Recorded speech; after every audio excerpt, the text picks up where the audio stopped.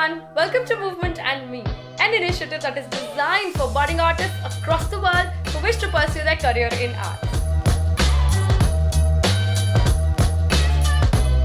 I'm your host Niharika, and on this show you will hear artists talk about their lives and the choices they had to make in pursuit of arts. We will also get to use some tips and key learnings from the lives of these artists, along with a detailed discussion on their areas of interest. So quickly hop onto a journey into the world of arts along with us.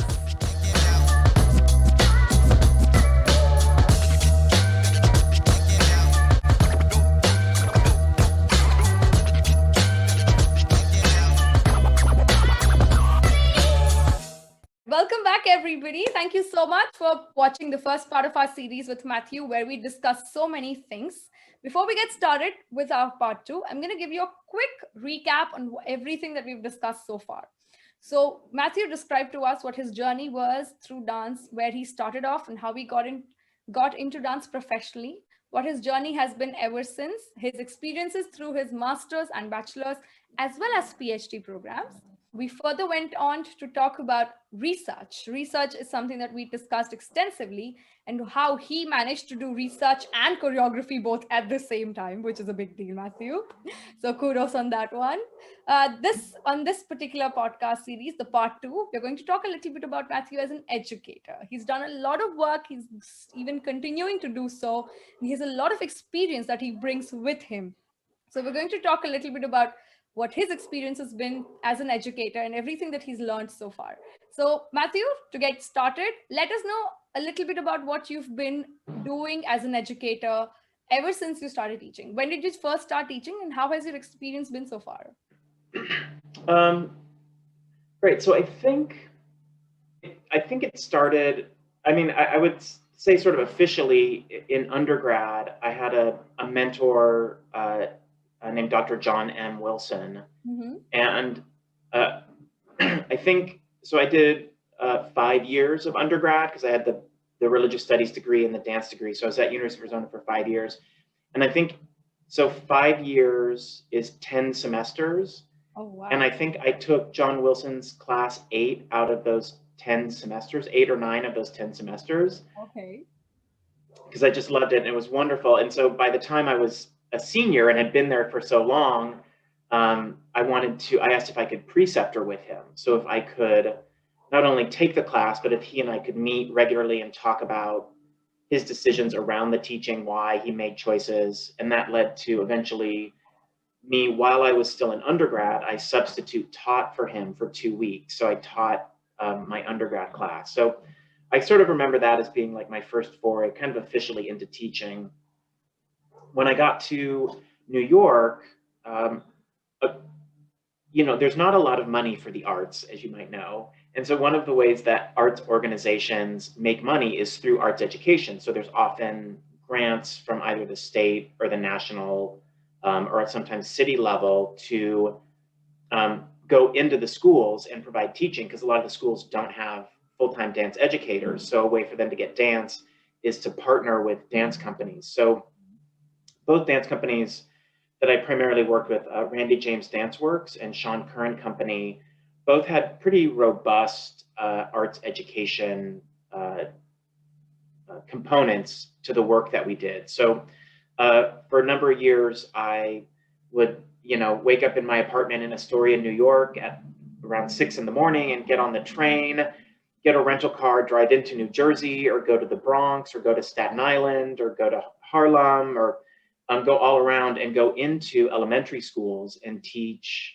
Sometimes we would do a performance and then stay and do some teaching, or I might go and spend, say, 2 or 3 weeks at a school and teach a number of different classes over a while. So really learned a lot about teaching, being in those environments. And then when I went on to do my Master of Fine Arts at the University of Washington, all the Master of Fine Arts students have teaching assistant positions. Right. So I went there from these sort of like short little stints of teaching to having a class for an entire semester. Right. And those might include classes that are really just like technique classes, or they might have been like intro to dance classes that include history and choreography. So it's sort of getting used to that. And then The University of Washington, the MFA there doesn't have, you don't write a thesis or do a research project Okay. or choreograph actually even to finish the MFA. Your sort of culminating project is to design your own undergraduate course and teach that. So the last quarter of the Master of Fine Arts at University of Washington is to teach a class. So I designed a class kind of combining all of my psychology stuff. It was called Meaning/Motion. And we looked at embodied learning through that, and then finished the MFA, went into the PhD, and was very lucky at the time. The dance department began to offer its very first online course. So I then, so they were able to invite me in as a teaching assistant for those online courses. So the entire time I was doing my PhD, I stayed with the dance department, but teaching online. Then got my first job at Texas Women's University and was there for 6 years before coming up here to Teachers College. Oh, wow. So before I go on and ask you questions about education and teaching and all of that, tell me a little bit about the course that you designed. You said it's Meaning/Motion. Is that what it is? Yeah, tell us a little bit about the course. Yeah, so you know, this is a long time ago now. So essentially, I wanted to look at it was some of these things that, you know, it's funny, I've been thinking about for a long time and still continue to think about. And so it's interesting to see that process now as sort of a midway point. But it's essentially, I wanted to explore this idea that knowledge we often in the American or European academy often use this sort of Platonic, Plato, or Cartesian approach to the mind or knowing, that knowledge and knowing and thinking are things that happen separate from our experience with the world. What I wanted to do with this course is begin to be more explicit with students, to begin to explore how knowledge and thinking are actually deeply embedded in and interacting with our experience with the world. So if I remember correctly, we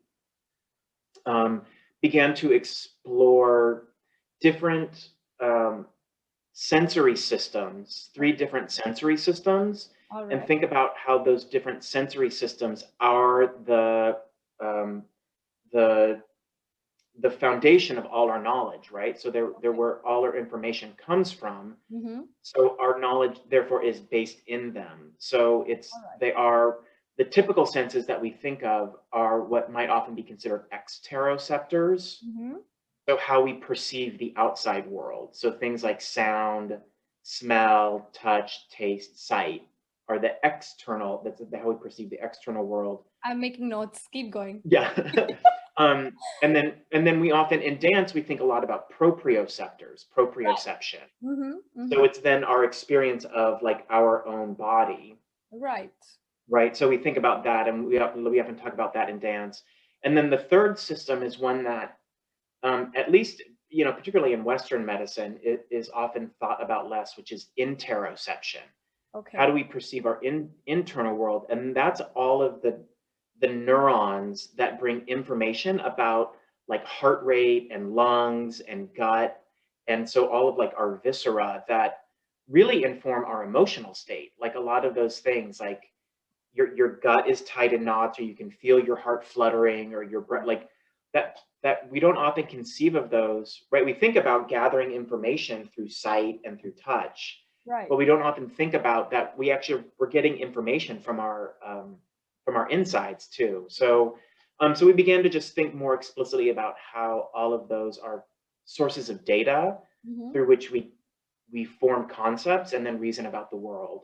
And how dance in particular is, again, I love this idea of the coming together, right? Dance is one of the few modalities of experience, right, as parts of human culture, parts of communities of practice that bring together the outside, the hearing and the seeing and the visual and the aural, but it's also about the proprioceptive. It's about the movement and the shape and the form, but it's also about sensing the emotions, right? Feeling that heart rate get faster, feeling that trembling in your gut, right? That dance brings together it's a place where all of that comes together and is explored and played with. Wow. That's actually a very, very extensive course. I'm sure it wouldn't have been able to, finish it in a semester. It probably would have gone for two, but it was actually nice. I actually enjoyed you doing all the movements there and, trying to explain to us how all of that feels.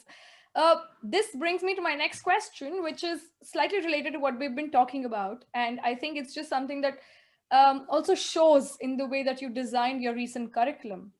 But I want you to talk specifically about it in terms of how and what are the tools that you kind of used. So the question is, has research influenced your way of teaching?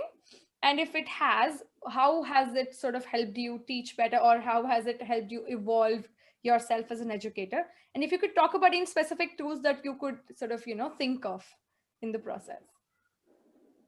Yeah, so so again, I'm a big fan of threes coming together. So, so again, we can think about research and dance making and teaching, Right. and how all of those things, so yes, of course, so the things, particularly my degree is in learning sciences, so the science of learning. Right. So I'm very lucky, or maybe not lucky, but it's sort of designed this way that as I do research and come to understand more what it means to learn and what it means to learn in dance, of course, all of that is brought directly into my courses. But in a similar way, like the themes that I explore through dance making, also come in and influence the types of movement that get made. So maybe to be specific, and as a little bit of the reciprocal relationship is when I was at University of Washington and was teaching in the studio, I became interested in that novice dancers, new dancers who were teaching mostly beginning courses, they were not doing what I wanted them to do. Okay. Right? I would, you show them movement, and then they do something that, okay, sort of is what you were asking for, but it's like not quite there. And I began to think, well, maybe they're not doing what I asked them to, not because they're not physically able to do it, but because they perceive something different than what I intended. Okay, interesting. So I began to think, okay, well, maybe there's differences in perception, that experts, when they see a dancer do something, they see something. And when novices see it, they see something different. So I could imagine very clearly, like if an expert Bharatanatyam dancer did something, they would think they were showing me something, but I, with my like modern dance, my like postmodern contemporary dance eyes, I would see something very different, because that's what my experience has taken me to see. So, so I wanted to explore that in a dissertation and show that that expert modern dancers perceived different things when watching modern dance than novice modern dancers. And so I designed a whole experimental paradigm or instrument in order to test and see if those differences could be measured. So I did that, but that very definitely has influenced my teaching, because I now always think I'm not there just to teach movement. I'm there to teach a way of seeing and a way of thinking. Okay. So it's not that you need to become more flexible or more strong or quicker or move bigger, right? Some of these sort of physical things, which we need to learn those things too. But I'm also, right, this is part of our community of practice, is also a way of seeing or perceiving. Right. So it's not that, right? So yeah, so that is one way that my research on perception has really deeply influenced the way I teach, because I'm teaching a way of perceiving. I'm actually feeling jealous right now. I feel like you get to do so much of research and you get to tap into these things, and I am like, Oh, okay. Maybe what I'm going to do is I'm going to ask you to send me your research paper and I'll go through it bit by bit and see what I can pick up for myself as an educator. So that might be something that will make me feel better. But I Well, think I can send you the research, and then you can think about how you might change it for your context, right? right. So my research, and there's certain things that make sense, being a modern dancer, a postmodern dancer, and it'd be really interesting to have you read it and see if we can repeat the research, but maybe do it with Bharatanatyam or something. Wow, I think that's a great idea. I think that would just be interesting to see because even as an educator for myself, that would force me to unpack my experience or understanding of how Bharatanatyam is and works. That will be interesting, Matthew. I'm taking up your offer on that one. uh, Before we are almost at the end of the podcast, but before we end, I have a slightly different question from all of the research and teaching and all of that, because this is something that we keep hearing as educators. So, do you think, as educators or teachers, we are the only ones who can empower students, or do you think the students can empower themselves? Because you talk a lot about the perception, you talk about how they have their own lens and how you're not there to just teach, but also help them and guide them into looking and seeing in a certain way. So I think there also is a certain sense of empowerment and the idea of taking ownership of your own learning. And these are things that we don't necessarily talk about it as educators very often. But I would like to have your take on it. Do you think we empower as teachers, we empower students, or do you think the students empower themselves? Great, thank you. So, yeah, there's a lot there. So, and some of this goes to actually my boss from Texas Women's University, Mary Williford Shade. Uh-huh. She used to always say, you can't empower students. Students have to empower themselves. And that got me thinking, and we can think about it this way, like to empower someone means to give them power, Right. which means that I have the authority to give you power, which means I also have the authority to take that away. So what power do you really have if I can take it away? Right?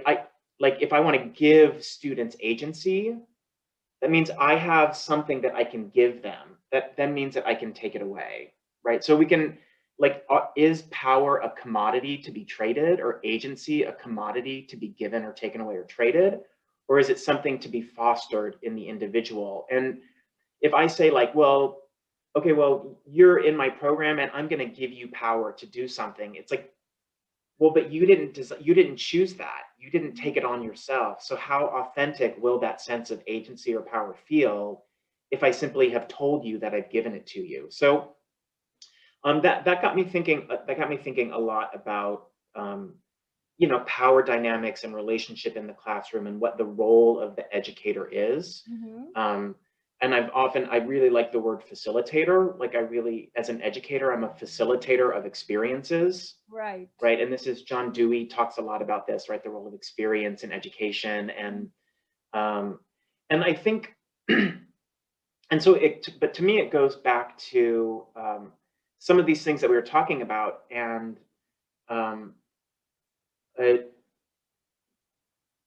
this idea of revealing to people or facilitating an experience in which people, as we're talking about, better connect to their sense of vision or their sense of sound, or bringing their attention to somatic sensation, or bringing their attention to the fact that we can actually attend to the viscera, right? To the things that we often feel are emotional. So you might, for instance, be like, oh my goodness, I'm so nervous. I'm so anxious. I get so anxious before I perform. I'm so nervous. I just want to throw up. I'm so nervous. And it's like, okay, well, that's like a sort of a heightened sense of affect. And then you're getting information from the gut. You literally, the neurons in the gut, you're feeling them in ways that you don't normally feel them. And facilitating an experience where people become aware of that. And then they're like, oh, yes, I am nervous. Yes, there's something here to be nervous about, but I don't have to be sick, right? That's just information from my body. Right. And then they can if they choose to or they want to, they can recognize that they have power over that sensation. Right. right? Or that you like with movement, it's like, okay, well, I can make a choice about how I want to move my body, right? And so often in dance, we feel like we are subject to imitation, right? Imitation is Absolutely. that idea about just like, I have no authority here. All I can do is like make shapes. And Hmm. so I really, in my teaching, have tried to move into a direction where it really is about choice making, about the um, the body being a source through which we are constantly allowed to make choices. Hmm. And so if you can set up the dance class as make a choice here, make choice, here's the choice, here's what I've shown you is a framework, but what are all the opportunities within that framework for Hmm. you to make choices? Even if you, in the end, look like you're imitating me or trying to get close to my model, there's still so many choices that can be made. Hmm. And so I think setting up dance and learning in dance as opportunities for awareness Hmm. and for exploration and for choice making, I think that lays a foundation through which students come to understand themselves as choice makers, as agents, as people who have power over their emotions, over how their bodies move, and then hopefully over how they live their lives more broadly. Wow. I think the first bit of this conversation itself got me thinking as a response. I was like, do I have the power or am I just sort of, pretending to have it? And I think that's something very interesting for an educator to think about because we do talk about student agency a lot, but we always talk about it in terms of providing students the opportunity to use it as if, it's something that we have control over and we can sort of, move around and decide who gets what. So I think that's actually a very important lens that thank you for putting it out in front of me because I somehow missed that as a lens altogether. And I think this is something that I'm going to think about in the future every time I create a lesson plan or even plan on teaching something to anybody.